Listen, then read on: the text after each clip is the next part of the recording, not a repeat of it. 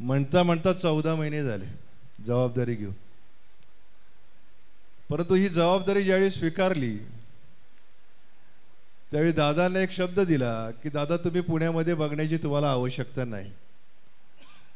दीपक मानकर जे काम करेल ते अतिशय प्रामाणिकपणे करेल. संघटना बांधत असताना या ठिकाणी उपस्थित असणाऱ्या सर्व कार्यकर्त्यांचं मी मनापासून कौतुक करतो आणि स्वागत करतो की ज्यांनी खऱ्या अर्थानं 14 महिने मला प्रामाणिकपणे साथ दिलेली आहे. त्या सगळ्यांना मनापासून मी या ठिकाणी माझा सलाम आहे या सगळ्या कार्यकर्त्यांना. एका साध्या निरोपावरती ही सगळी मंडळी प्रत्येक कार्यक्रमाला उपस्थित होत असतात. आपण मोदींची सभा पाहिली असेल, सर्वात जास्त माणसं सर्वात जास्त कार्यकर्ते हे आपले होते. हे साधारण 25 ते 30 हजार कार्यकर्ते मोदींच्या सभेला आपले होते. म्हणजे दादा त्या ठिकाणी होते, चंद्रकांत दादा होते. मला विचारलं आपली लोक कुठे आहेत, कारण की पुढचा परिसर सगळा मोकळा होता रेसकोर्सचा. मी म्हटलं फक्त 10 मिनटं सांगा, 10 मिनटामध्ये हा पुढचा सगळा तुमचा परिसर भरून जाईल. आणि अक्षरशः 10व्या मिनिटाला सगळे कार्यकर्ते आपले त्या ठिकाणी आले आणि संपूर्ण वातावरण त्या रेसकोर्स मैदानावरचं बदलून गेलं. ही ताकद कुणाची आहे? ही दीपक मानकरची ताकद नाही, ही दादांची ताकद आहे, लक्षात घ्या. ही ताकद दादांची आहे. दादांवरती तुमचा भरोसा आहे. तुम्हाला माहिती आहे की आपला नेता कशा पद्धतीने आहे. आणि मी सगळ्यांना सुरुवातीला हे सांगू इच्छितो की मी माझ्या विधान परिषदेसाठी तुम्हाला आज बोलवलेलं नाही. मी पुढच्या निवडणुकींच्या तयारीसाठी विधानसभेच्या निवडणुकीसाठी तुम्हाला बोलवलेलं आहे. हां, तुमच्या मनामध्ये माझ्याविषयी प्रेम आहे, प्रेम असणार आहे. माझं देखील प्रेम तुमच्यावरती आहे. परंतु आज 100 लोकांनी आपल्या पक्षामध्ये प्रवेश करण्याचं ठरवलेलं आहे. मी त्यांचं मनापासून या ठिकाणी अभिनंदन करतो. आपण वडगाव शहरीमध्ये बघितलं की बापू पठारे त्या ठिकाणी त्यांनी आदरणीय पवारसाहेबांकडे ते गेले आणि काही 11 नगरसेवक त्या ठिकाणी गेले, 12 गेले, 22 गेले, काय कुठं गेले मला माहीत नाही. परंतु जे 15 वर्षापूर्वी निवडणूक हारले आणि अशी मंडळी जर प्रवेश करत असतील तर कार्यकर्ते अजून तिथंच आहेत. त्यामुळे कुणी कुठल्या भ्रमामध्ये राहू नये. निवडणुका 2 महिन्यावरती आहेत. सुनील टिंगरे त्या ठिकाणी आमदार झाल्याशिवाय राहत नाही हे तुम्हाला आजच्या दिवसाच्या निमित्ताने सांगू. एक लक्षात ठेवा, माणसाचं काम असतं ना आणि त्या कामाच्या पाठीशी कोण आहे याला खूप महत्त्व या ठिकाणी दिलं पाहिजे. आता समीरचं काम खूप चांगलं पुणे शहरामध्ये युवकांच्या माध्यमातून तो करतो. रुपालीची स्टेटमेंट आपण प्रत्येक वेळी बघत असतो. ती पक्षाच्या भूमिकेतून आपली भूमिका सातत्याने या महाराष्ट्रामध्ये मांडत असते. शिंदे साहेब देखील संपूर्ण महाराष्ट्र फिरतात. बारामतीमध्ये खूप त्यांनी चांगलं काम त्यांनी सांगितलं की मी माझ्या भूमिकेतून मला बारामतीमध्ये जे काम केलं त्याची पावती दादाने दिली. या ठिकाणी प्रदीप देशमुख आहेत. जी जबाबदारी प्रदीप देशमुखला आम्ही देतो ती यशस्वीरित्या पार पडतो. आणि माझे विधानसभेचे जेवढे अध्यक्ष आहेत ते अतिशय कार्यक्षम आहेत. त्यांचं देखील मी मनापासून या ठिकाणी कौतुक करतो. यादीवरती काम करा म्हणून आपल्या भोसलेताई सांगून गेल्या. प्रत्येक जणाला चांगलं समजतं की कशा पद्धतीने काम करायचं ते. आणि या कामाची जबाबदारी ज्यावेळी त्या विधानसभेचा अध्यक्ष झालेला असतो त्यावेळी या यादीवरती कसं काम करायचं, कशा पद्धतीने लोकांशी संपर्क करायचा, कसे आजारी भाग आपण करायचे, कसे बूथच्या कमिट्यांची निर्मिती आपण करायची, कशी बूथचे नेमणूक आपण करायच्या, पोलिंग एजंट कसे नेमायचे, हे सगळ्यांना माहिती असतं.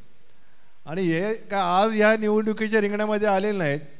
या प्रत्येकाने आपल्या आयुष्यातली 20-20 वर्ष घालवलेली आहेत या संपूर्ण निवडणुकीच्या दरम्यान. तुम्ही एवढ्या मोठ्या संख्येने ज्यावेळी उपस्थित राहतात आणि सगळ्यात मोठी कार्यकारिणी ही पुणे शहरामध्ये आपली आहे. साधारण 1500 ते 1700 लोकांची कार्यकारिणी पुणे शहरामध्ये, महाराष्ट्रामध्ये एवढी मोठी कार्यकारिणी कुणाचीच नाही आहे. कुठलाही कार्यक्रम दादांनी सांगितला तो यशस्वी करण्याचं काम हे सगळे कार्यकर्ते या पुणे शहरामध्ये करत असतात. म्हणजे माझ्या माहितीप्रमाणे या 14 महिन्यामध्ये साधारण 180 कार्यक्रम आपले पुणे शहरामध्ये झाले. एवढे कार्यक्रम महाराष्ट्रामध्ये कोणाचेच झाले नाहीत. एवढे कार्यक्रम आपले पुणे शहरामध्ये झाले. या ठिकाणी आपले शिंदे सर आहेत. शिंदे सर एवढे वयोवृद्ध असून देखील त्यांनी एक कार्यक्रम या विधानसभेच्या निवडणुकीकरता तयार केलेला आहे. आणि मी प्रत्येक अध्यक्षाला ती जबाबदारी देणार आहे की त्या विधानसभेमध्ये कशा पद्धतीनं या संपूर्ण निवडणुकीचा कार्यक्रमाचं नियोजन कशा पद्धतीने असायला पाहिजे, कोण उमेदवार महायुतीमध्ये आहे आज आपल्याला माहिती नाही, परंतु आपल्या दादांची जी भूमिका आहे की महायुतीबरोबर आपल्याला राहायचं आणि आपल्याला त्याला ताकद द्यायची, हा भाव घेऊन आपण खऱ्या अर्थानं आज या ठिकाणी जाणार आहोत. कार्यक्रमाच्या निमित्तानं ज्यांना ज्यांना या ठिकाणी नेमणुका दिल्या जातील त्या सगळ्या माझ्या महिला भगिनींना, युवकांना, ज्येष्ठ नागरिकांना माझी विनंती राहील, आता या ठिकाणी वयाची 77 किती 76 वर्ष असून देखील बिडकर काकांनी ॲडव्होकेट आहेत, ज्येष्ठ ॲडव्होकेट आहेत या महाराष्ट्राचे, त्यांनी मला सांगितलं की मला तुमच्या पक्षामध्ये प्रवेश करायचा आहे. अशी माणसं ज्यावेळी आपल्याकडं येतात तर या पक्षाविषयी असणारी आणि दादांविषयी असणारी जी आस्था आहे ती त्यांच्या अंतर्मनामध्ये असल्यामुळेच ते येऊ शकतात. अनेक महिलांनी या ठिकाणी प्रवेश करायचं सांगितलेलं आहे. आपल्याकडे आता नरे आंबेगावच्या काही महिला, काही मंडळी त्या भागातील सोसायटी एरियातली या ठिकाणी आज प्रवेशासाठी आलेली, त्यांचं देखील मी मनापासून स्वागत करतो. आमच्या गायकवाड ताईंनी काही महिला या ठिकाणी आज प्रवेशासाठी आणलेल्या आहेत, त्यांचं देखील मी मनापासून स्वागत करतो. ही ओढ जी कार्यकर्त्याच्या मनामध्ये पाहिजे ना, ती खऱ्या अर्थानं प्रत्येक कार्यकर्त्याने स्वीकारली पाहिजे. या महाराष्ट्रासाठी ज्या योजना आपण आणलेल्या आहेत त्या योजना सर्वसामान्य महिला भगिनीपर्यंत पोहोचल्या पाहिजेत, विद्यार्थ्यांपर्यंत पोहोचल्या आणि युवकांपर्यंत देखील पोहोचल्या पाहिजे. मग कोणी जर विचारलं तुम्हाला की बाबा या अजितदादांनी, आदरणीय एकनाथ शिंदे साहेबांनी, आदरणीय फडणवीस साहेबांनी या महाराष्ट्राला काय दिलं, तर ते सांगण्याची क्षमता त्या कार्यकर्त्यामध्ये निर्माण होण्याचा प्रयत्न आपण या निमित्तानं करायला पाहिजे. आणि यानंतर एक 15-20 दिवसाच्या कालावधीमध्ये आपण एक वक्ता शिबिराचं देखील आयोजन करणार आहे. चांगले चांगले बोलणारी मंडळी देखील आपण या ठिकाणी आपल्याकडे असतात, परंतु त्यांना बोलण्याची संधी आपण देऊ शकत नाही. मी आज या व्यासपीठावरती मुद्दामून प्रत्येकाला बोलायला लावलं की तुम्ही तुमचं मनोगतामध्ये सांगितलं पाहिजे, त्याला बोलण्याची ताकद आपण निर्माण करून दिली पाहिजे, त्याच्यातला आत्मविश्वास आपण जागृत करायला पाहिजे. म्हणून खऱ्या अर्थानं त्यांना बोलण्याची संधी आपण या ठिकाणी. आमची शीतलताई बोलती चांगली, कुठं आहे शीतल? शीतल जोंजाळतीने चांगलं बोलली ती, परंतु तिचं अंग पूर्ण कापत होतं, मी बघत होतो तिच्याकडं. परंतु ज्यावेळी हा कॉन्फिडन्स येईल की मी ह्या व्यासपीठावरती येऊन बोलू शकते, म्हणून हे व्यासपीठ खऱ्या अर्थानं आपण निर्माण केलेलं आहे. आणि हा कार्यकर्ता असाच घडत असतो, कार्यकर्ता हा असाच तयार होत असतो. म्हणून हा कार्यकर्ता तयार होत असताना त्याला पाठबळ देण्याचं काम संघटनेच्या माध्यमातून आपण करायला पाहिजे. विधानसभेच्या निवडणुका येथील, चांगल्या पद्धतीने सत्ता महाराष्ट्रामध्ये आपल्याला आणायची, त्याच्याकरता आपल्या सगळ्यांचा प्रयत्न असायला पाहिजे. त्यानंतर महानगरपालिकेच्या निवडणुका येतील, अनेक नवीन नवीन कार्यकर्ते नगरसेवक म्हणून उदयाला येतील, जे काय सीट्स असतील ते दादा ठरवतील. आणि आम्ही मनाचा कारभार कधी करत नाही, एक लक्षात घ्या. दादांना विचारल्याशिवाय पुणे शहरातला कुठलाही निर्णय होत नाही आणि दादा सांगतील तोच निर्णय आम्ही मंडळी करत असतो. त्यामुळे या सगळ्या गोष्टीचा आढावा घेत असताना या सगळ्या योजनेचा लाभ हा सर्वसामान्य माणसांपर्यंत महाराष्ट्राने, दादा आपल्याला माहिती आहे संपूर्ण बजेट दादांनी केलेलं आहे, अर्थमंत्री म्हणून दादा त्या ठिकाणी काम करतात आणि दादांच्या माध्यमातून ह्या सगळ्या योजनेला गतिमान करण्याचं काम, या पुरोगामी महाराष्ट्राला वेगळी दिशा देण्याचं काम या ठिकाणी करतात. अनेक काही प्रश्न या महाराष्ट्रामध्ये प्रलंबित आहेत. मराठा आरक्षणाचा असेल, ओबीसीचा असेल, मुस्लिम समाजाचा असेल, परंतु आपण सर्व जाती धर्मांना बरोबर घेऊन जाण्याचं काम या ठिकाणी सगळ्यांना करतो. आणि चांगले चांगले निर्णय, मला वाटतं की निवडणुका डिक्लेअर व्हायच्या आत काही चांगले निर्णय या ठिकाणी राज्य शासनाकडनं झाल्याशिवाय राहणार नाही. मी अधिक वेळ काय तुमचा घेणार नाही, की बराच वेळ तुम्ही सगळेजण या ठिकाणी बसलेले आहेत, परंतु कार्यकर्ता कसा तयार होतो याच्याकरता आपण प्रत्येकाने प्रयत्न करायला पाहिजेत. यादीवरती आपण काम करायला पाहिजे. विधानसभेच्या अध्यक्षांना माझी विनंती आहे की आपण बूथ कमिट्या लवकरात लवकर या ठिकाणी तयार करा. आपले राज्याचे अध्यक्ष तटकरे साहेब देखील वारंवार आपल्याला सांगत असतात की तुम्ही चांगल्या पद्धतीने बूथ कमिट्या तयार करा की जे लोकांचा संपर्क त्याच्यामुळे चांगला होऊ शकतो. प्रफुल्लभाई पटेल देखील आपल्याला सांगत असतात. आणि एक वेगवेगळ्या योजना ज्यावेळी आपण राबवतो त्यावेळी समाजाचं कल्याणाचं हित आपण जपण्याचा प्रयत्न आपण आपल्या आयुष्यामध्ये करायला पाहिजे. विरोधक काही ना काहीतरी गोष्टी बोलत असतात, परंतु त्याला आपले प्रवक्ते या ठिकाणी आहेत, त्याला ते उत्तर देतील. आपण कुणीही मनाने कुठलंही उत्तर द्यायचं नाही हे पहिल्यांदा लक्षात ठेवा. नाही तर वेग स्टेटमेंट आपण करतो, काहीतरी कोणतरी बोलतो त्याच्या अगेन्स्ट आपण बोलतो. तुम्हाला कुणालाही बोलायला सांगितलेलं नाही. पक्ष संघटनेचं काम आपण जेवढं करतोय तेवढं करा. त्यांना वरनं स्टेट लेवलवरनं जे काय सांगतील ते त्या पद्धतीनं त्याला रिप्लाय देतील, कारण की आता निवडणुका आल्यानंतर हे चालू राहणार आहे सातत्यानं. मी देखील कुठले स्टेटमेंट लवकर देत नाही, कारण की नुसतं चर्चा करून त्याच्यामध्ये काही फायदा नाही. आणि आपल्याला चांगलं काम करायचं, आपल्या दादांची ताकद या महाराष्ट्रामध्ये पाहिजे. आणि प्रत्येक कार्यकर्त्याने या ठिकाणी सांगितले की दादा मुख्यमंत्री व्हायला पाहिजे. आपली भावना का असू नये आपल्या नेत्याबद्दल, दादा मुख्यमंत्री झालेच पाहिजे ही सगळ्यांची भावना असली पाहिजे. आणि याच्याकरता आपल्याला खऱ्या अर्थाने या निवडणुकीमध्ये काम करायचे आणि ही भावना आपल्या सगळ्यांची जागृत ठेवावी एवढी विनंती ह्या कार्यक्रमाच्या निमित्तानं करतो. मी थोड्याशा एका निरोपावर आपण सगळेजण या ठिकाणी अतिशय प्रेमाने या ठिकाणी उपस्थित झालात. आजची ही संपूर्ण मीटिंग यशस्वी करण्याकरता आपण सगळ्यांनी जे योगदान दिलेलं आहे, मला विशेष करून दत्ताभाऊ सागरेंना देखील त्यांचं अभिनंदन करायला पाहिजे की दत्ताभाऊला एखादी जबाबदारी दिली, समीरला एखादी जबाबदारी दिली की ते काम पूर्ण केल्याशिवाय राहत नाही. या ठिकाणी सदाभाऊचं मार्गदर्शक आम्हाला सातत्यानं असतं. आणि ही सगळी मंडळी जी आहे म्हणजे कोण काम करत नाही असं नाही, या व्यासपीठावरती असणारा प्रत्येक माणूस, तुम्ही समोर बसलेले सगळी माणसं ही अतिशय प्रेमानं पक्ष संघटना वाढवण्याचं काम करतात. आणि पक्ष संघटना मजबूत असेल तर भविष्यामध्ये या महाराष्ट्रामध्ये पुणे जिल्ह्यामध्ये ज्या काय कमिट्या येतील त्यामध्ये कार्यकर्त्यालाच स्थान दिलं जाईल एवढं आजच्या प्रसंगाच्या निमित्तानं सांगतो. किंवा हा माझ्या जवळचा, हा माझा नातेवाईक असलं राजकारण दीपक मानकर कधी करत नाही. कोणता कार्यकर्ता काम करतो, कोणती महिला भगिनी काम करते, कोणती युवती काम करते, कोणता युवक करतो, कोणता विद्यार्थी करतो, याचा सगळा सातबारा दीपक मानकरनी त्याच्याकडे ठेवलेला आहे. त्यामुळे कार्यकर्त्यांनी विश्वास ठेवा, ज्यावेळी सुरुवात होईल ही पद द्यायला त्यावेळी त्या पदावरती तुमची सन्मानानं नेमणूक झाल्याशिवाय राहणार नाही. हा शब्द तुम्हाला आजच्या दिवसाच्या निमित्तानं देतो आणि या ठिकाणी माझे मनोगताला विराम देतो. धन्यवाद. जय हिंद, जय महाराष्ट्र, जय राष्ट्रवादी.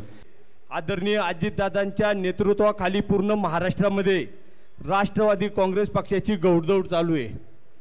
आज आपण पाहतोय आदरणीय अजितदादांच्या मार्गदर्शनाखाली आणि दीपक भाऊंच्या नेतृत्वाखाली आपल्या पुणे शहरातील सर्व संघटना एकदम चांगल्या पद्धतीने या ठिकाणी काम करतात.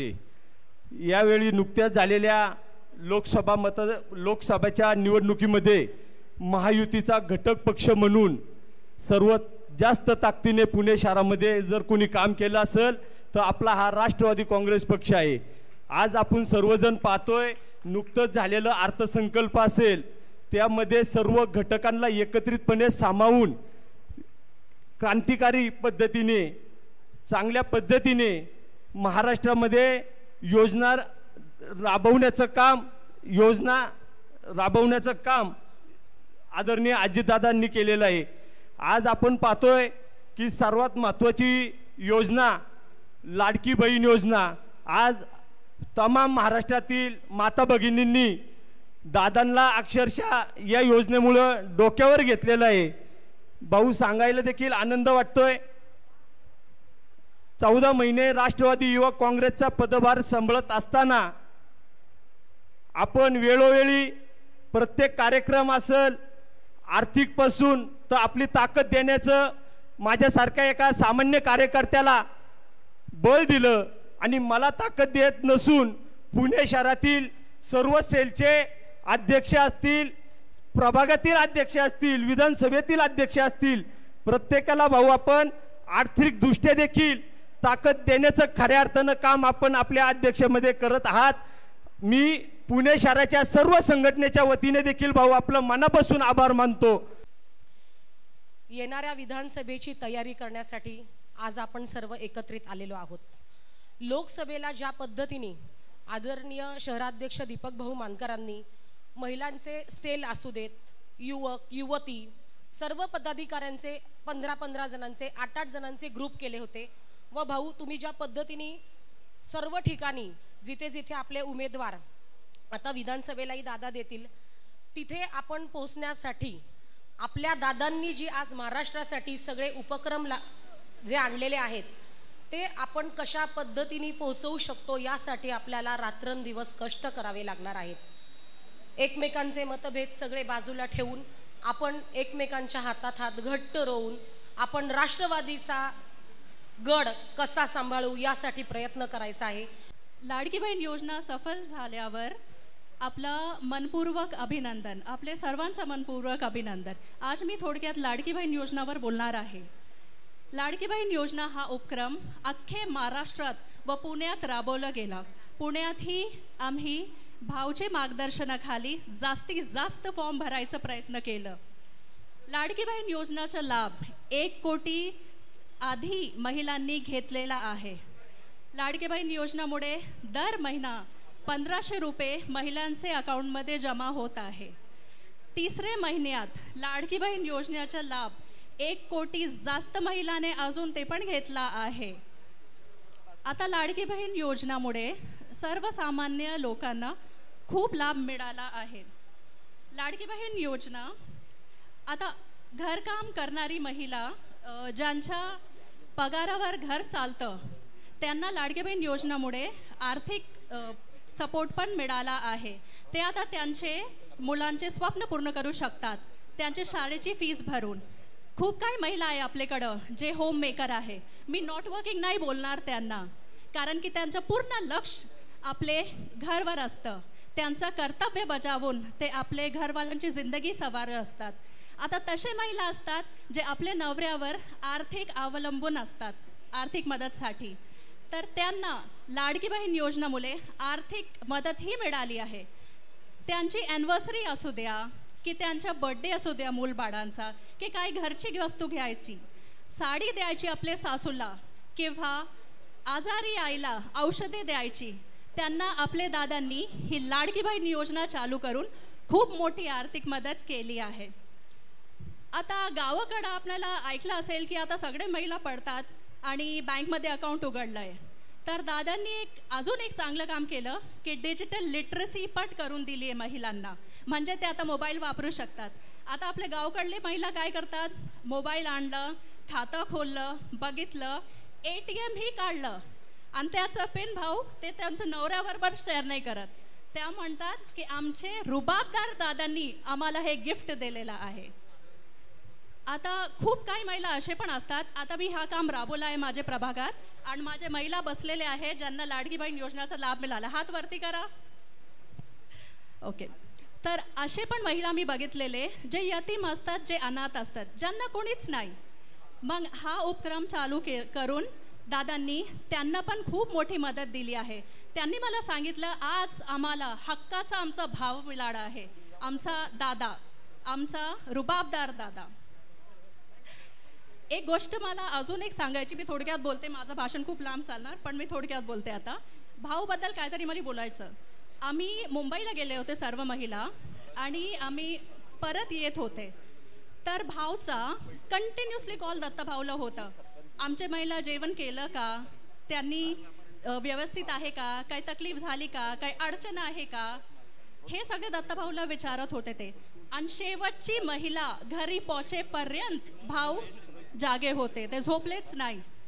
तर मला हे सांगायचं की हे आहे आपले भाऊची माणुसकी आणि हे आहे आपले भाऊ. दादांनी कधीही जातीपातीचं राजकारण केलं नाही, म्हणून आज खूप लोक दादाशी जुळलेले आहे. आणि तसेच आपले भाऊनी पण पुण्यात कधीच जातीपातीचं राजकारण केलं नाही, म्हणून मुस्लिम समाज आणि खूप काही महिला भाऊशी पण जुळले आहे आज पुण्यात.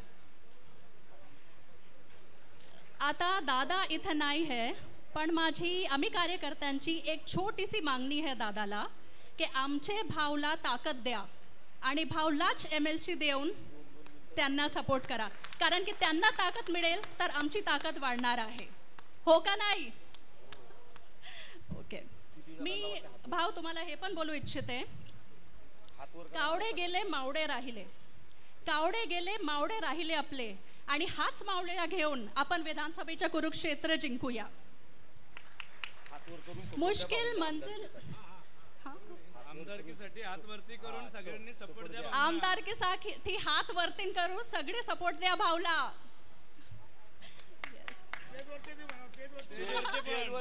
चेअरवरचे 2 शब्द बोलून मी थांबते इथं. मुश्किल मंजिल ही सही तो क्या हुआ, मुश्किल मंजिल ही सही तो क्या हुआ, रास्ते कठिन ही सही तो क्या हुआ, हौसला अगर बुलंद हो अपना तो फासले कोई भी हो तो क्या हुआ. धन्यवाद. जय महाराष्ट्र, जय राष्ट्रवादी. राष्ट्रवादीच्या माध्यमातून गृहिणी ते घरेलू कामगार ते IT सेल या प्रत्येक घटकापर्यंत कार्य करणाऱ्या माता बहिणींना सशक्तीकरण व सबलीकरण करण्याच्या प्रयत्नातून उपक्रम माध्यमातून कार्यरत आहोत.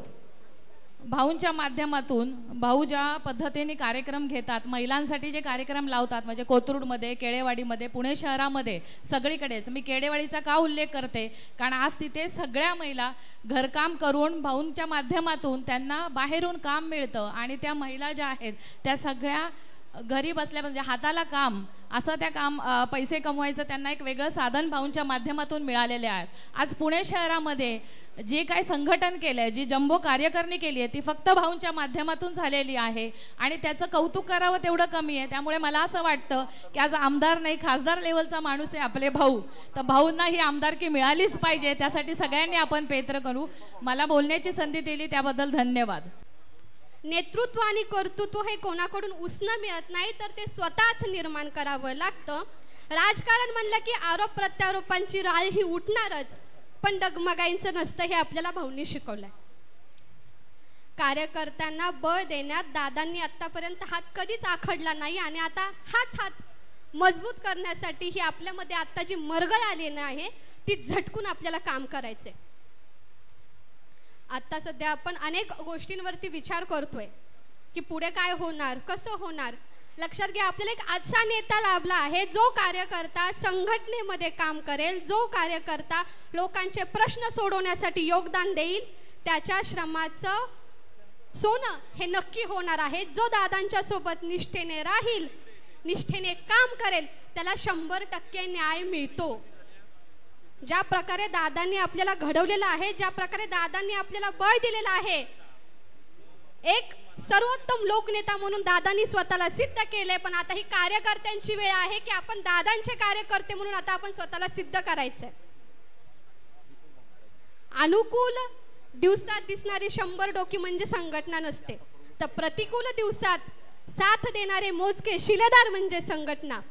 वाऱ्याप्रमाणे तोंड फिरवणारे 100 डोकी म्हणजे संघटना नाही, तर वादळातही आपले पाय ठाम रोवून काम करणारी, आपल्या ध्येयाशी इमान राखणारे शिलेदार म्हणजे संघटना. राजकीय क्षेत्रात काम करत असताना मान अपमान, राग, लोभ, आरोप प्रत्यारोप, वैचारिक लढाई हे होणारच, पण अशा अनेक संकटांना तोंड देत जे आता खंबीरपणे उभे आहेत ते आपली राष्ट्रवादी, आणि असा आहे आपला राष्ट्रवादी परिवार.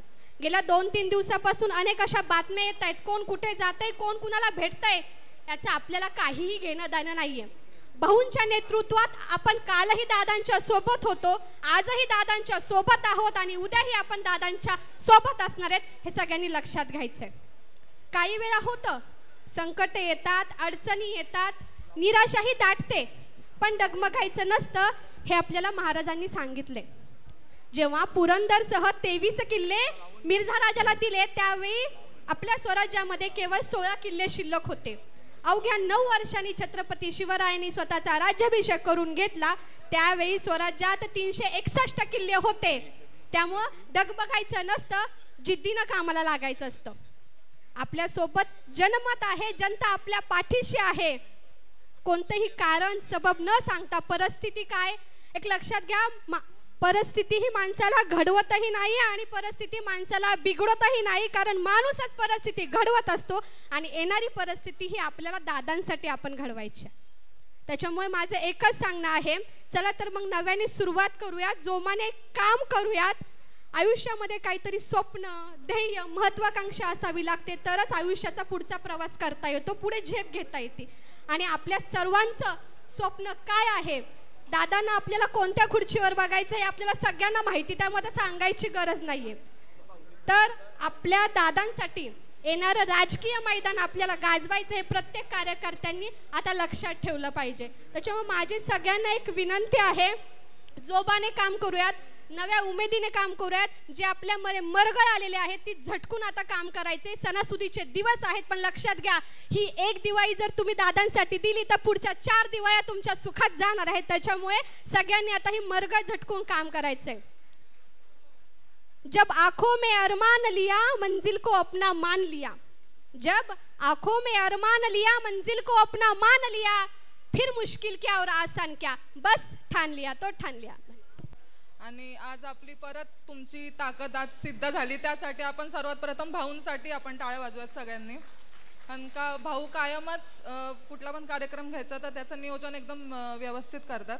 भाऊ, काल तुम्ही आम्हाला सांगितलं की युवती संघटना, युवक, विद्यार्थी, जास्तीत जास्त तरुण आपल्याकडे कसं ओढले जातील, तर त्यासाठी तुम्ही उद्या मुद्दे मांडा. तर भाऊ, माझं समीर दादांशी पण बोलणं झालं, शुभमशी पण बोलणं झालं, तर आम्ही येत्या काळामध्ये शाखा उद्घाटन आम्ही पूर्ण विधानसभांमध्ये करणार आहोत आणि त्याच प्रकारे सदस्य नोंदणी अभियान आम्ही चालू करतोय. तर जेणेकरून जास्तीत जास्त युवक, युवती आणि विद्यार्थी ही संघटना वाढण्यासाठी प्रयत्न आम्ही करू. त्याचा मी सगळ्यांच्याच वतीने आपल्याला शब्द देते. येतोय ना आवाज? आणि भाऊ, आपण जी सर्वसामान्य कार्यकर्त्यांना ताकद देत आहे, सर थँक्यू की एवढ्या मोठ्या स्टेजवर तुम्ही मला बोलायला संधी दिली, तुम्ही जो माझ्यावर विश्वास दाखवला. तर भाऊ, आम्ही त्या प्रकारे 100% काम करू. आणि भाऊ, दादांवरती आजकाल खूप आरोप प्रत्यारोप होतात ते विरोधकांकडनं की दादा गेले, म्हणजे या साईडला आले वगैरे. तर त्यासाठी मला एकच बोलायचंय, आज दादा सत्तेत आले, त्याच्यामुळं ना भूतो ना भविष्याती अशी लाडकी बहीण योजना दादांनी सत्तेमध्ये आल्यावरती अंमलात आणली आणि त्याच्यामुळं असंख्य म्हणजे कोट्यावधी महिलांना त्याचा म्हणजे लाभ मिळालेला आहे. गोरगरीब कुटुंबातील महिलांना त्याचा लाभ मिळालेला आहे. कुछ लोग ऐसे होते हैं जो वक्त के साँचे में ढल जाते हैं, कुछ लोग ऐसे होते हैं जो वक्त के साँचे में ढल जाते हैं, और कुछ लोग ऐसे होते हैं जो वक्त का साँचा ही बदल देते हैं, और वो नाम है श्री अजीत दादा आशाताई अनंतराव पवार. श्री अजीत दादा आशाताई अनंतराव पवार एक ऐसा नाम, एक ऐसा जीवन, एक ऐसा संघर्ष और एक ऐसा कर्म योद्धा जिन्होंने समाज में उभरती हुई अनगिनत परिस्थितियों का रुख ही बदल डाला. एक महिला होने के भांति उनके प्रति मेरा स्नेह, मेरी कर्तव्य दक्षता, मेरी सद्भावना और संवेदना यूं ही नहीं बढ़ जाती, क्योंकि दादा का यह मानना है कि किसी भी समुदाय का विकास महिलाओं की प्रगति से ही बनता है. महिलाओं के लिए आप शिक्षा, अधिकार, समान लैंगिकता एवं गनिमा प्रदान करने के लिए आजीवन प्रयास करते हुए नजर आए. समाज के प्रति इस अभूतपूर्व योगदान के लिए और ऐसे महान शख्स के लिए हमारे कुछ उत्तरदायित्व तो बनते ही है. इसलिए हम इस विधानसभा में ज़्यादातर अपने उम्मीदवार चुनाव में लेकर आएंगे, यही हम आज इस दिन में एक दूसरे से वादा करते हैं.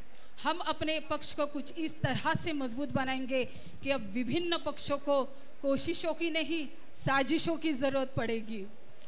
विधानसभेतील सदस्य, आमदार, अधिकृत आमदारांसाठी ज्या नियोजनासाठी ह्या बैठकीचं आयोजन केलेलं आहे, माझ्या मते ह्या उमेदवारीमध्ये दादांनी अद्यापपर्यंत जी काही सुविधा, योजना, सुविधा आपल्या सर्वांसाठी निर्माण केलेली आहे ती जास्तीत जास्त जनसामान्यांपर्यंत पोहोचावी.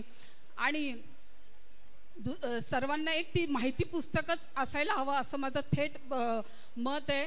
परत आपण प्रत्येकजण एक स्मार्टफोनचा वापर करतो, ह्या स्मार्टफोनचा वापर आपण इलेक्शन टूल्स म्हणून देखील करू शकतो आणि जास्तीत जास्त दादांची कामं ही त्या मोबाईलद्वारे इतरांपर्यंत पोहोचूया. मला 2 मिनिटं बोलण्याची संधी दिली. Respected Honorable Dignity Mr. Deepak Bhau Maltitai Madhavram Manka, thank you so much for giving me such a wonderful opportunity to speak front of you everyone, which I am standing here in position front of you. Thank you so much. Thank you very much. एकच वादा अजित दादा. आणि दीपक भाऊ बद्दल जेवढं बोलायचं तेवढं मला शब्द कमी पडतील, कारण दीपक भाऊंनी आपल्या राष्ट्रवादी संघटनेला एकदम परिवारासारखं एकत्र ठेवलंय. आज मी ज्या जोमानी युवा युवतींना काम करताना बघते, मला खूप अभिमान आणि खूप आनंद वाटतो. दीपक भाऊ, थँक्यू सो मच. आम्हाला असं वाटतच नाही की आम्ही एका पक्षात काम करतो, आम्हाला असं वाटतंय की आम्ही एका परिवाराचा हिस्सा आहोत. हो का नाही? एकदा जोरदार राष्ट्रवादी पक्षाचा. माझा सर्वांना नमस्कार आणि मानाचा मुजरा. आता तुम्ही मला म्हणताल की नमस्कारपर्यंत ठीक होतं, पण मानाचा मुजरा कशासाठी? तर दादांनी हा जो मोठा निर्णय घेतला आणि त्या सगळ्या निर्णयाला तुम्ही एवढ्या मोठ्या संख्येने इथे पाठिंबा दिलाय, त्यासाठी तुम्हाला या सगळ्यांचा मानाचा मुजरा माझ्याकडून. आणि ह्या निर्णयामध्ये आपण लोकसभा निवडणूक इतकी छान पार पाडली, तळागाळापर्यंत सर्व आपले पदाधिकारी सगळ्यांनी जाऊन काम केलं आणि त्या कामाला पोचपावती म्हणून खडकवासला विधानसभामध्ये आपल्याला लीड मिळाला होता. त्यामुळे त्या सगळ्यांना तुमचं कौतुक म्हणून माझा हा मानाचा मुजरा आहे. आपल्याला माहीत आहे की दादा सकाळी 6 वाजल्यापासून 1-2 नाही विकासाच्या कामासाठी दिवसभर झटत असतात. दादांची रोकठोक स्टाईल ही खूप फेमस आहे. दादा बघतो, करतो, सांगतो ही दादांची पद्धत नाही आहे. दादा जे स्पष्टपणे नानिवाडा एखादे काम आउट ऑफ द वे जरी असेल तरी ते तिथे स्पष्टपणे नाही म्हणून सांगतात. ही धमक फक्त दादांमध्येच आहे. कुठलंही काम प्रलंबित ठेवणे हे त्यांच्या स्वभावातच बसत नाही. माझं तुम्हाला हेच म्हणणं आहे की हे काम तुम्हाला माहीत आहे, म्हणजे दादा इतकं काम करतात हे तुम्हाला आणि मला हे माहीत आहे की आपण कार्यकर्ते आहोत, त्यांना आपण जवळून बघतो. त्यामुळे ही मेहनत लोकांपर्यंत ज्यांना पोचायची आहे त्या कामासाठी आपल्याला मेन मुद्द्यावर मी माझ्या येते आता की आपल्याला सोशल मीडिया हा जो प्लॅटफॉर्म मिळालेला आहे तो एकदम फ्री प्लॅटफॉर्म मिळालेला आहे. तुमच्या एका क्लिकवरती आपण लाखो लोकांपर्यंत पोहोचू शकतो. त्यासाठी तुम्हाला फक्त तुमच्या पर्सनल अकाउंटवरनं दादांच्या ज्या पोस्ट आहेत त्या शेअर करणे, लाईक करणे हे छोटंसं काम आपण दादांसाठी तर करू शकतो, हो की नाही? तर माझं तुम्हाला एवढंच आहे की रोज दादा लाखो लोकांपर्यंत पायाला भिंगरी लावून जनकल्याणाचा वसा घेऊन काम करत आहेत. तर तुमचा आणि माझा एक पोस्ट करण्याचा बनतं आणि म्हणून आज माझं इथे सर्वांना विनंती आहे की सर्वांनी दादांसाठी एक पोस्ट आणि एक शेअर करणं बनतं. कालच माझी मुंबईला सोशल मीडियाची मीटिंग होती, तर मी त्या सर्वांना सांगितलं आहे तिथे की तुम्ही आमच्या पदाधिकाऱ्यांना इच्छा आहे काम करण्याची, तर त्या आपण विधानसभामध्ये प्रत्येकांची एक हे घेणार आहोत, सोशल मीडियाची ट्रेनिंग घेणार आहोत. तर विधानसभेच्या सगळ्या लोकांनी त्याला सहकार्य करावं आणि दादांची जी कामं आहेत ती आपण लोकांपर्यंत पोहोचू शकतो. त्यामुळे सर्वांनी या ट्रेनिंगला नक्की उपस्थित राहावं ही विनंती. जाता जाता आपण भाऊंसाठी 4 ओळी मी बोलू इच्छिते. भाऊ म्हणजे श्रीफळ आहेत, आतून गोड पाण्याचा ओलावा, वरून फक्त सक्त, नेतृत्व कला फक्त दीपक भाऊंमध्ये, महानगरपालिकेवरती पकड फक्त दीपक भाऊमुळे. जरी असतील कितीही सगळ्यांमध्ये भेदभाव तरी माऊलींसाठी नेहमी पाठराखण करणारे आमचे भाऊ, त्यांना सगळ्या माऊलींचा आशीर्वाद नक्की मिळेल आणि ह्या वेळेस त्यांना MLC नक्की पद मिळेलच याची मी दादांकडे हे लावेल. जय हिंद, जय महाराष्ट्र. 2 महिन्यात विधानसभेच्या निवडणुका समोर येत आहेत. हे येत असताना राष्ट्रवादी विद्यार्थी काँग्रेस पुणे शहर या अध्यक्ष या नात्याने भाऊंच्या परवानगीने काही सूचनावजा विनंती करू इच्छितो. विद्यार्थ्यांसाठी आदरणीय अजितदादांनी अनेक योजना समोर आणलेल्या आपल्याला दिसून येतात. यात मुलींना मोफत उच्च शिक्षण असेल, युवा कार्यक्षम कार्यप्रशिक्षण योजनेअंतर्गत स्टायपेंड देण्यात आलेला आहे 6,000, 8,000, 10,000 रुपये. त्याचप्रमाणे सारथी, बार्टी, महाज्योती, RT या संस्थेमार्फत आधी छात्रवृत्ती असेल, परदेशी शिक्षण भत्ता असेल, अशा विविध योजनांना अजितदादांनी या अर्थसंकल्पामध्ये मोठ्या प्रमाणात पाठबळ दिलेलं आहे, जे की इथून मागे कधीच झालं नव्हतं. ते या अर्थसंकल्पामध्ये आपल्या अजितदादांनी विद्यार्थ्यांसाठी हे सर्व केलेलं आहे. हेच हेच जे योजनांचं पत्रक आम्ही बनवलेलं आहे ते येत्या विधानसभेच्या अनुषंगाने पुणे शहरातील सर्व महाविद्यालयांमध्ये महाविद्यालयाच्या प्रवेशद्वाराच्या बाहेर सभासद नोंदणी या कार्यक्रमाच्या अंतर्गत आम्ही ते पत्रक विद्यार्थ्यांपर्यंत पोहोचवणार आहोत। त्यामध्ये पूर्ण महाराष्ट्र राज्य सरकारच्या सर्व योजनांचा त्याच्यात आपण माहिती दिलेली आहे। तसेच पक्षाची राष्ट्रवादी विद्यार्थी संघटना ही स्थापन झाल्यापासून त्याचे दिशा व धोरण याची थोडक्यात माहिती आपण त्या पत्रकामध्ये दिलेली आहे। विद्यार्थी हे राष्ट्राचे भविष्य मानलं जातं।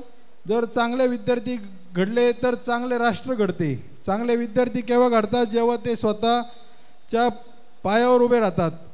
हेच स्वतःच्या पायावर उभे करण्याचे काम या योजनेच्या मार्फत महाराष्ट्र राज्याचे लाडके उपमुख्यमंत्री आदरणीय अजितदादा पवार यांनी केले।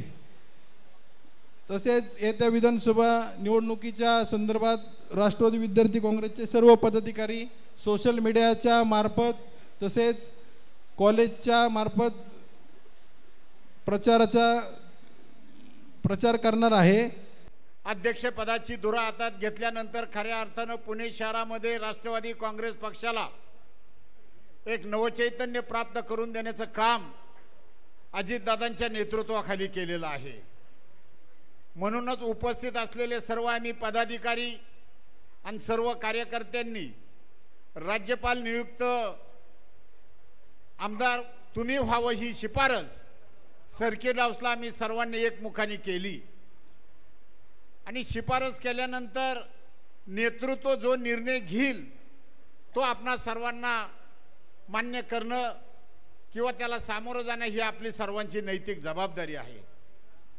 आज मी पुणे महानगरपालिकेमध्ये सुनील बिबियो इथे या ठिकाणी, रुपाली पाटील या ठिकाणी उपस्थित आहे, बंडू अण्णा आहे, आमचे बोडके साहेब आहेत, आम्ही सतीश मस्के आम्ही माजी नगरसेवक या ठिकाणी उपस्थित आहोत। आम्हाला ज्या टायमाला पुणे महानगरपालिकेमध्ये सभासद म्हणून जायचं त्यावेळेस आम्ही आमच्या परिसरामध्ये एक चांगल्या प्रकारे काम करण्याचा प्रामाणिक प्रयत्न केला। म्हणून आज आम्ही महानगरपालिकेमध्ये राष्ट्रवादी काँग्रेस पक्षाचे नगरसेवक म्हणून त्या ठिकाणी कार्यरत राहिलो। माझी तुम्हाला एक विनंती राहणार आहे सर्वांना। ही विनंती अशी राहणार आहे की आत्ताच कुणीतरी सांगितलं काय आपले 2 विधानसभा मतदारसंघावर आपल्याला लक्ष केंद्रित करायचंय। मग तो हडपसर विधानसभा मतदारसंघाचे आमदार आदरणीय चेतन तुपे पाटील असेल, वडगाव शहरी विधानसभा मतदारसंघाचे आमदार सुनील टिंगरे असतील, त्याचबरोबर आपण प्रत्येक जण म्हणतो की दादा तुम्ही एक दिवस तरी ह्या राज्याचे मुख्यमंत्री व्हावं ही आपल्या सर्वांची मनोकामना आहे। मग ती मनोकामना पूर्ण करण्यासाठी महायुतीमध्ये मग धनुष्यबाणवाला असू द्यात या कमळावाला असू द्यात, महायुतीचा धर्म पाळून या राज्यामध्ये अजितदादाची ताकद मजबूत करण्यासाठी आपल्याला सर्वांना त्या ठिकाणी विधानसभेमध्ये काम करावं लागेल। लोकसभा आणि विधानसभा ही तुमच्या पुणे महानगरपालिकेची एक ट्रायल असती। तुम्ही लोकांनी त्याचा किती उपयोग करून घेतला याची मला जाणीव नाहीये।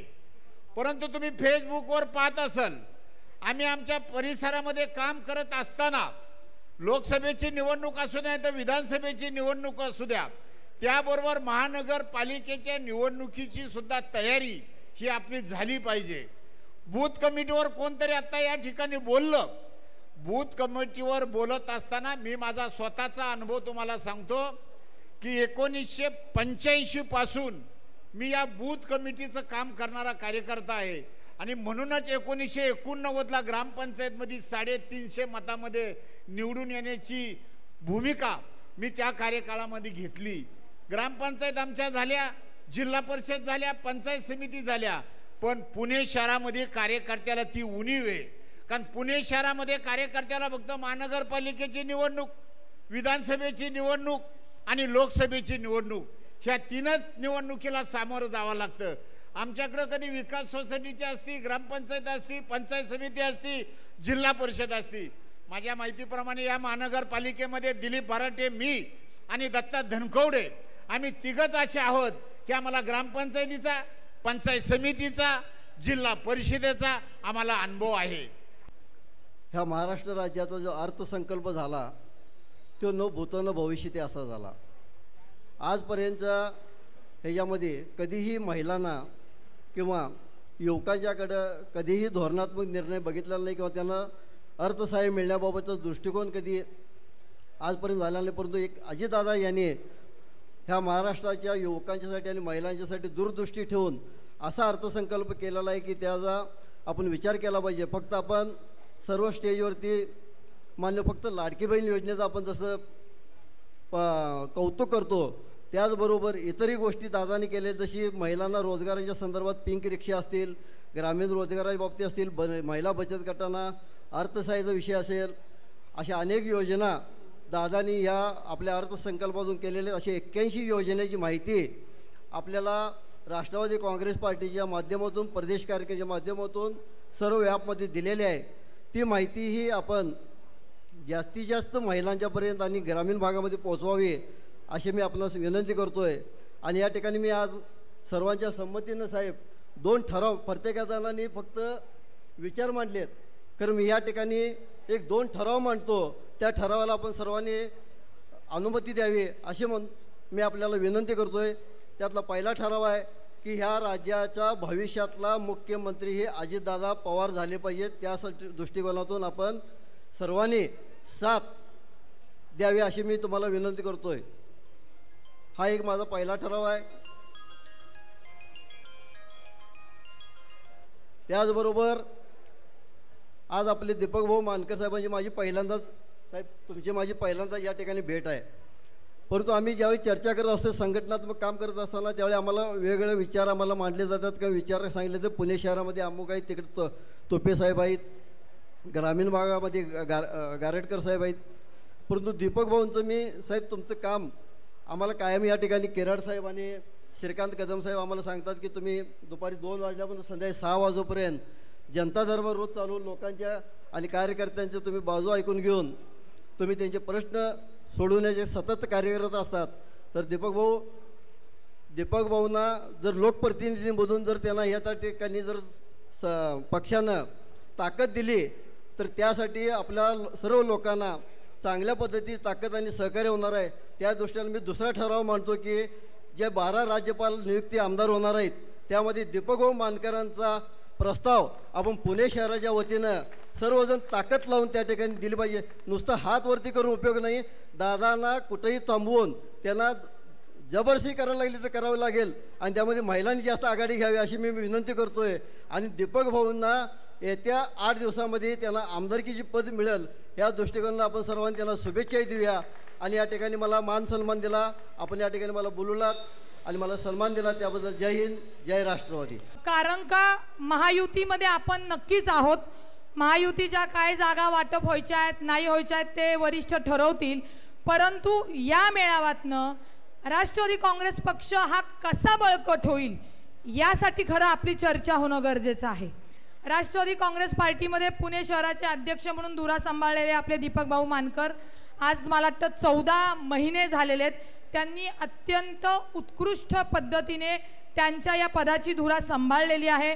भाऊ तुमच्या मार्गदर्शनाखाली महिला, युवक, युवती, विद्यार्थी सगळ्यांची खूप चांगलं संघटन, पदांच्या नियुक्त्या खूप अप्रतिम झाल्या.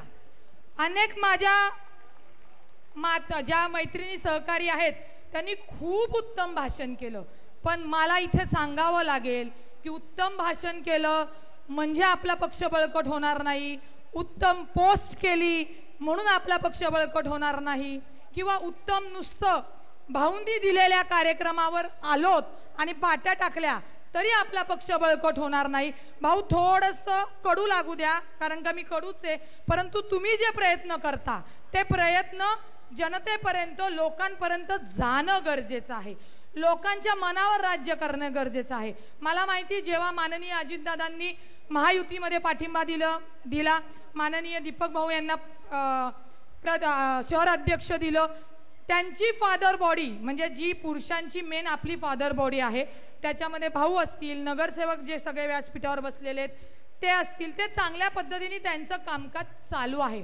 परंतु आपल्या महिला, आपल्या युवती, आपले युवक, एक युवकचं पण समीर चांदेरेंनी जे मध्ये कार्यक्रम राबवले नोकरी महोत्सवचा अत्यंत उत्कृष्ट आणि उत्तम, की समीरचं कुठल्या एखाद्या व्यक्तीशी भांडण असू द्या पण तो त्या व्यक्तीला त्या भागामध्ये काम करत असताना पद देणार नाही असे धंदे त्यांनी अजिबात केले नाही. म्हणून समीर तुझं खास अभिनंदन. चुकलं तर मी त्याला ओरडते पण जे योग्य त्याचं कौतुक सुद्धा खुलेआम झालं पाहिजे. मगातपासून खूप गोडाचा, खूप कौतुकाचा सोहळा झाला, पण याच्याने आपली संघटन वाढणार आहे का याचा विचार तुम्ही आम्ही करायचा आहे. आपल्याला आपले माननीय अजितदादांच्या नेतृत्वाखाली, माननीय दीपक भाऊंच्या मार्गदर्शनाखाली आपण काय काम करतोय आपल्या भागामध्ये. तुम्हाला प्रत्येकाला दीपक भाऊंनी शहरावर घेतलेले, परंतु ज्यांना शहरावर घेतलेले त्या मतदारसंघामध्ये तुमच्या प्रभागामध्ये ज्यांना नगरसेवक व्हायचे तिथे तुम्ही काय काम करताय याचा जरा आढावा देताल का? त्या ठिकाणी मला तालुका किंवा प्रभाग अध्यक्ष लेवलच्या 15-20 महिला भेटल्या आणि त्या मला सांगत होत्या की ताई आमच्याकडे जरा लक्ष द्या, आम्हाला सगळ्यांना काम करायचं आहे. आम्ही 10-10, 15-15 महिलांचा ग्रुप आता रोज कामाला बाहेर पडणार आहोत. तर म्हटलं तुमची काय अडचण आहे, तुम्हाला काय नाही. ते विरोधकांचे आता सगळ्यांचे सुरू झाले आणि आम्हाला काही गाडी बिडी पाहिजे म्हणजे आम्हाला फिरता येईल. तर असं तुम्हाला वाटतंय कुणाला की तुम्हाला काही मदत पाहिजे किंवा तुम्हाला फिरता येईल किंवा काय? मला असं वाटतंय की प्रत्येक पदाधिकाऱ्यांनी फिरण्याची गरज आहे का? दादांनी सुरुवातीला प्रदेश उपाध्यक्ष म्हणून काम करण्याची संधी दिली. सगळी पदं निवडणुकीच्या टायमाला खुटीला अडकून जो ग्रास रूटला काम करतो तो दादांच्या मनामध्ये बसतो आणि दादाच्या मनामध्ये बसतो तो हाय उंचीवर जातो, हे कधी विसरता कामा नये. आपण गेल्या लोकसभेच्या निवडणुकीमध्ये दादांनी पाहिलं की सकाळी 7 वाजल्यापासून रात्री 12 वाजेपर्यंत महेश शिंदे 43° डिग्रीमध्ये आमच्या पत्नी बरोबर माझ्या फिरत आहे. हातामध्ये घड्याळ घेऊन घराघरामध्ये मी मताची भीक मागताना दादांनी पाहिलं, मला या उंचीच्या पदावर काम करण्याची संधी दिली. म्हणून मी तुम्हाला आव्हान करतो की राष्ट्रवादी पक्ष एकच पक्ष या देशामध्ये आहे, तो तळागाळातल्या माणसाला न्याय देऊ शकतो. की राष्ट्रवादी काँग्रेस पक्षाला या महायुतीमध्ये ज्या काही जागा मिळणार आहेत त्यामधल्या 10% जागा या मी माझ्या मुस्लिम समाजाकरता राखीव ठेवणार आहे. मी सर्वांना विनंती करतो, टाळ्याच्या गजरात या पुरोगामी निर्णयाचं आपण सर्वांनी स्वागत करावं. हे बोलणं ठीक असतं, परंतु जेव्हा निवडणुकीच्या तिकिटाची वेळ येते तेव्हा हे करणं, पाऊल टाकणं आणि त्या जागेवरती त्या उमेदवाराला देणं ही खूप मोठं सॅक्रिफाईस म्हणायला लागेल. मी या ठिकाणी 100 लोकांचा याच्यानंतर आपण प्रवेश घेणार आहोत, त्यामुळे मी जास्ती वेळ घेऊ इच्छित नाहीत. फक्त एवढंच सांगतो, नवीन पदाधिकाऱ्यांना सांगतो, जुने पदाधिकारी आपले खूप सक्षम आहेत आणि त्यांना त्याविषयीची पूर्ण जाणीव आहे, त्यामुळे मी त्यांच्या काहीच सांगत नाही. परंतु नवीन पदाधिकाऱ्यांना मी आयुष्यामध्ये ज्या काही लोकांचा आदर्श मांडतो त्यामध्ये यशवंतराव चव्हाण साहेब आहेत. यशवंतराव चव्हाण साहेबांनी एक वाक्य वापरलं होतं की सत्तेला सौंदर्य हे नम्रपणे प्राप्त होते. ज्याच्यामध्ये नम्रपणा आहे तोच राजकारणात यशस्वी होऊ शकतो.